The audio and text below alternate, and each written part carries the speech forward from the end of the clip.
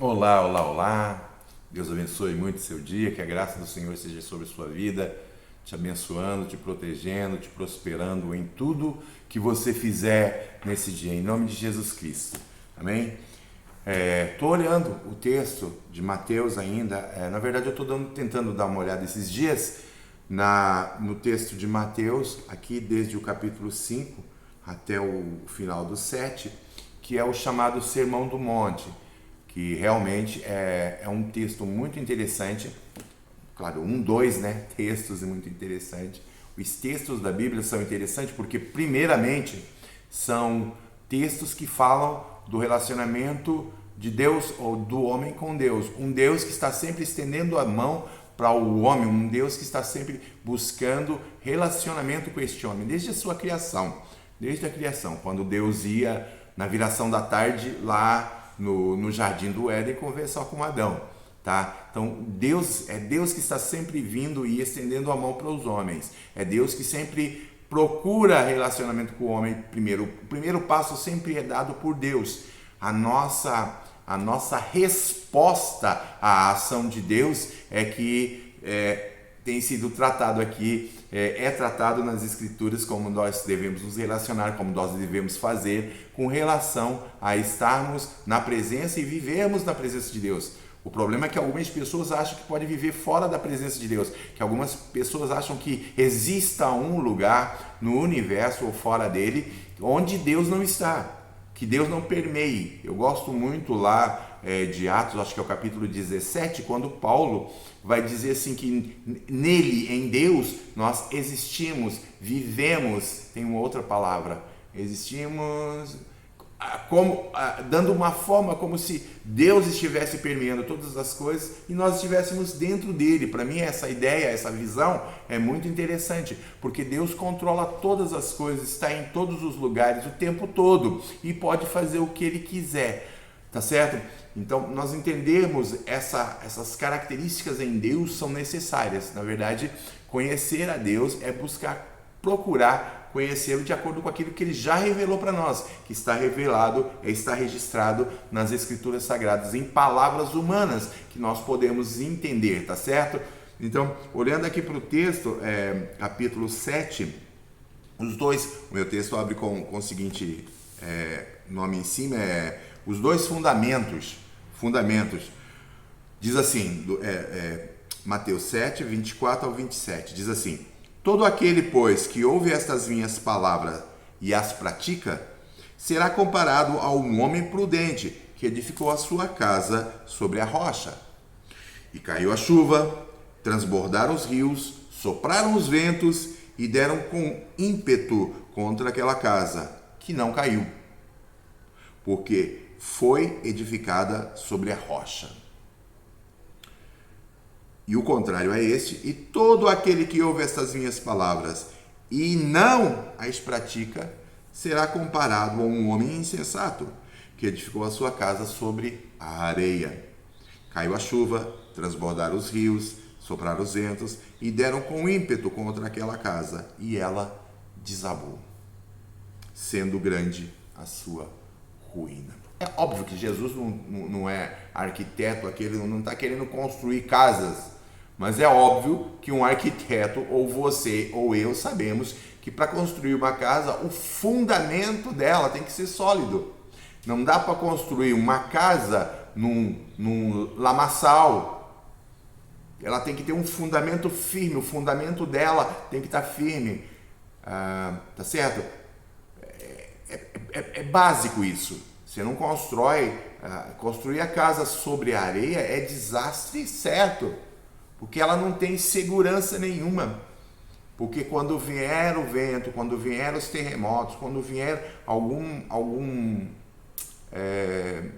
fenômeno natural aí, forte, ele vai derrubar essa casa, porque ela não tem fundamento, o fundamento dela não existe, a base dela não é sólida, tá certo? Então, eu acho bacana isso aqui, primeiro, né, dos dois fundamentos que Jesus está falando, mas ele falou de outras duas coisas. Ele falou, por exemplo, lá no verso 13 e 14, Jesus vai falar dos dois caminhos. Cadê? Aqui, entrai pela porta estreita, larga é a porta espaçoso o caminho que conduz para a perdição, e são muitos os que entram por ela. Porque estreita é a porta e apertado o caminho que conduz para a vida, e são poucos os que acertam ela. O caminho estreito, o caminho complicado, o caminho apertado é o que leva para a vida. O caminho largo, tranquilo e farto é o que leva à perdição. É óbvio que já por dizer perdição, a gente sabe que está se relacionando com a vida do homem. Jesus não está simplesmente falando de caminho, mas daqueles que andam no caminho. E aqui os fundamentos, para mim, é muito simples. Se constrói o fundamento sobre a palavra de Jesus, sobre a verdade revelada em Cristo Jesus, é óbvio que essa casa vai ficar segura. É óbvio que essa vida, essa pessoa terá uma vida segura nessa terra, será guardado por Deus, abençoado por Deus. Isso não quer dizer também que não vai acontecer nada de ruim com ele, porque na verdade, aqueles que são salvos em Cristo Jesus, que entenderam que Jesus é o único caminho, é o único e suficiente Salvador da sua vida, aqueles que entenderam isso, hoje são testemunhos na terra do amor de Deus, da pessoa de Cristo, da obra de Jesus Cristo. E se odiaram Jesus Cristo, ele vai dizer que assim também vão odiar aqueles servos deles, aqueles que o seguem. Mas se ouviram a palavra de Jesus Cristo, obviamente ouvirão também a palavra dos servos de Jesus Cristo, daqueles que o amam, daqueles que querem que ele seja conhecido, daqueles que entenderam que esse evangelho, que essa verdade de Deus faz todo o sentido para o homem. É como construir sobre a rocha ou construir sobre a areia. Agora Jesus está dizendo: olha, vocês estão ouvindo essa palavra? Vocês ouviram a minha palavra? Olha só, então, aquele que ouve essa palavra e pratica, ele constrói sobre a rocha. Aquele que ouve e não a pratica, ele é como o homem que construiu sobre a areia, está construído sobre o nada. Não tem firmeza, vai desabar, vai ser destruído, vai se perder, vai para o inferno, como o outro vai para o céu. O que ouve, o que cumpre, o que quer obedecer a Deus, aquele que tem a disposição no coração de obedecer a Deus, aquele que decidiu na sua mente: vou obedecer a Deus, vou buscar ser sério com Deus no meu relacionamento, vou buscar um relacionamento de ouvir o que Deus diz e obedecer. E aí eu vou apontar de novo: a palavra de Deus, a Bíblia, é a única que tem a palavra de Jesus. As palavras de Jesus, os ensinamentos de Jesus estão permeando todas as escrituras. Jesus diz assim que o Antigo Testamento é ele que testifica ou testemunha de mim.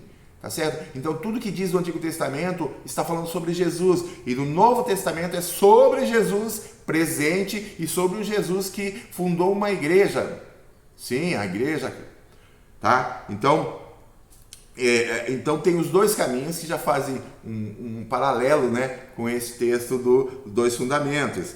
E tem outro texto que também me chama a atenção, que é lá no 6:24, que são os dois senhores, né? 6:24 diz assim, ó: ninguém pode servir a dois senhores, porque pode aborrecer-se de um e amar o outro, ou se devotará a um e desprezará o outro. Não podeis servir a Deus e as riquezas. Essa tese e antítese que é apresentada aqui eu gosto demais. Me faz entender a coisa, tá? Então você tem os dois senhores. Você tem aquilo que você vai ouvir e vai se dedicar a cumprir, a fazer, a honrar, a glorificar, a exaltar, a agradar, e existe aquilo que você vai desprezar. Então, não dá para servir os dois ao mesmo tempo. Não dá para andar nos dois caminhos ao mesmo tempo. Não dá para viver os dois fundamentos. Não dá para obedecer Jesus e desobedecer Jesus. Não dá para ouvir a voz de Jesus e não cumprir. Não dá para ouvir a voz de Jesus e cumprir ao mesmo tempo. São contraditórios, tá certo? Ou uma coisa ou outra. E isso, eu digo, é muito prático para a gente. Se a gente está fingindo que não entende, não é culpa de Deus, porque Ele deixou muito claro. O problema é que nós negligenciamos a realidade de Deus. Nós queremos ouvir a Bíblia quando ela fala das promessas. Deus vai fazer isso para mim, vai fazer aquilo para mim.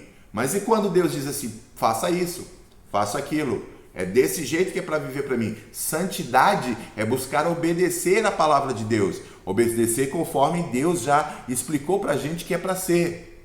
Então, ouvir as palavras de Deus, Jesus vai dizer que é homem prudente.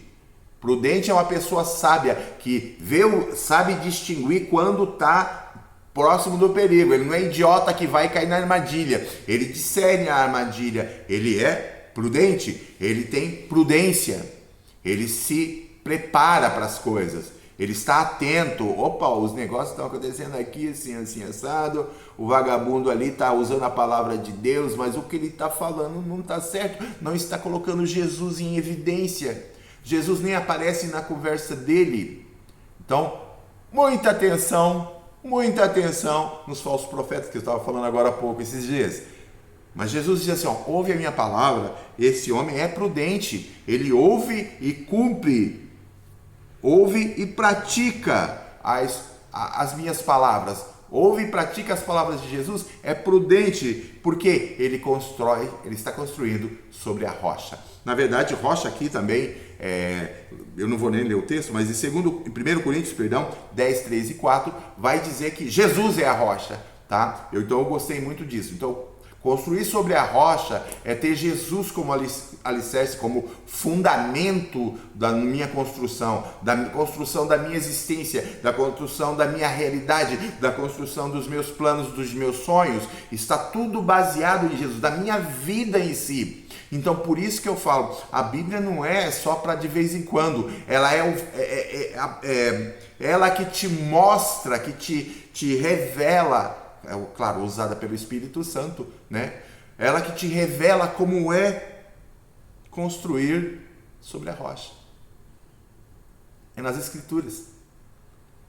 Ela tem que permear todas as áreas da minha vida, todas as decisões que eu vou fazer, que eu vou ter, elas têm de estar baseadas na vontade de Deus, expressa nas Escrituras, declarado nas Escrituras, revelado nas Escrituras. 2 fundamentos, 2 caminhos, 2 senhores, e a gente tem que ir vivendo de uma forma que vai ser mais útil para a gente. Você quer ter ganho na sua vida? Você quer ser abençoado na sua vida?